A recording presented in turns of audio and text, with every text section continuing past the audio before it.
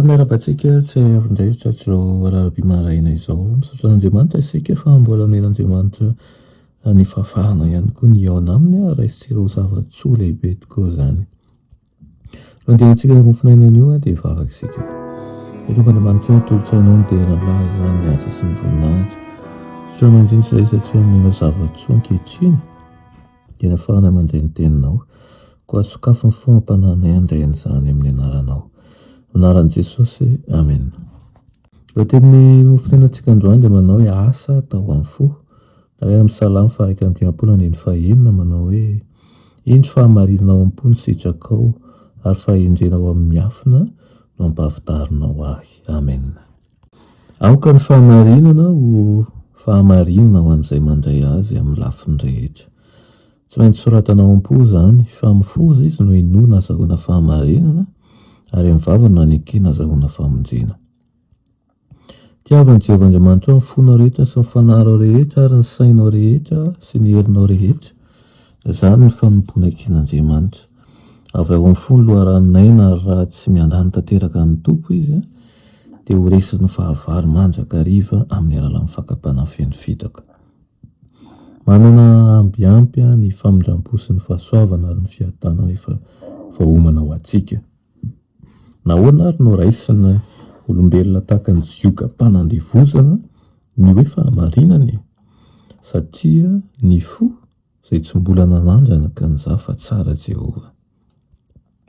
Feno fampianaran-diso izao tontolo izao. Raha toa ka tsy mandalina mpahazotoana ny soratra masina ao amin'ny tenantsika isika dia anaiky ny hevi-diso marina. Naraka ny fomam-panaony ary amitaka ihany koa ny fontsika. Fanohitra amin'ny fahamarinan'Andriamanitra nefa ny fotom-pampianarana sy ny fomba amam-panao an'izy ireo. Zava-dehibe sy tombotsoa ananantsika indrindra ho antsika ny fahatakarany ny atao hoe fahamarinana ary ny fivavahantsika dia tokony hasandratra amin'ny kafanampo lehibe mba ho tarihina ho an'ny fahamarinana rehetra isika. Masina avy amin'Andriamanitra ny fahamarinana. Tsy misy mahafiorina sy mahery-to azy eo amin'ny fambolavolanana toetra tsara ny an'i Kristy. Tanteraka ny fifaliana ao aminy. Rehefa lalaina ao am-po izany dia manjary mamy kokoa noho ny fitiavan'ny olombelona ny fitiavan'i Kristy. Rehefa mamolavola ny toetrantsika ny fahamarinana arak'izay hita ao amin'i Jesosy dia hiseho ny fahamarinana izany. Ary rehefa saintsain'ny mpino izany dia hitombo hazavana sy hamirapiratra amin'ny hatsarany tany am-boalohany. Hitombo ny lanjany, hanaitra sy hamelombelona ny sainy ary handresy ny fitiavan-tena sy izay rehetra manoatra ny Kristy ao amin'ny toetra. Hamendrika ny faniriantsika izany izay hahatonga antsika ho afaka hanatratra ny fenitra ny fahatanterahan'ny fahamarinany.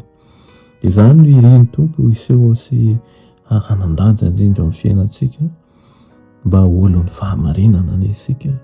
Olona tia manao ny marina ary ihany koa ianao indrindra ny faresy lahatra ny amin'ny fahamarinana izay an'i Kristy.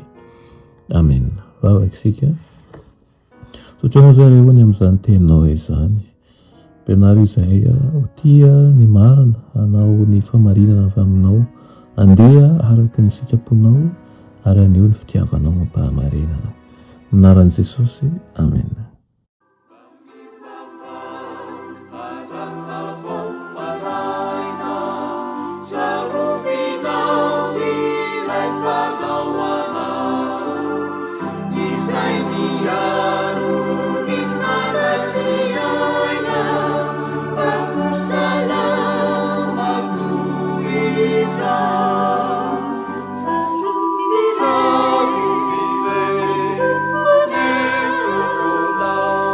Piaro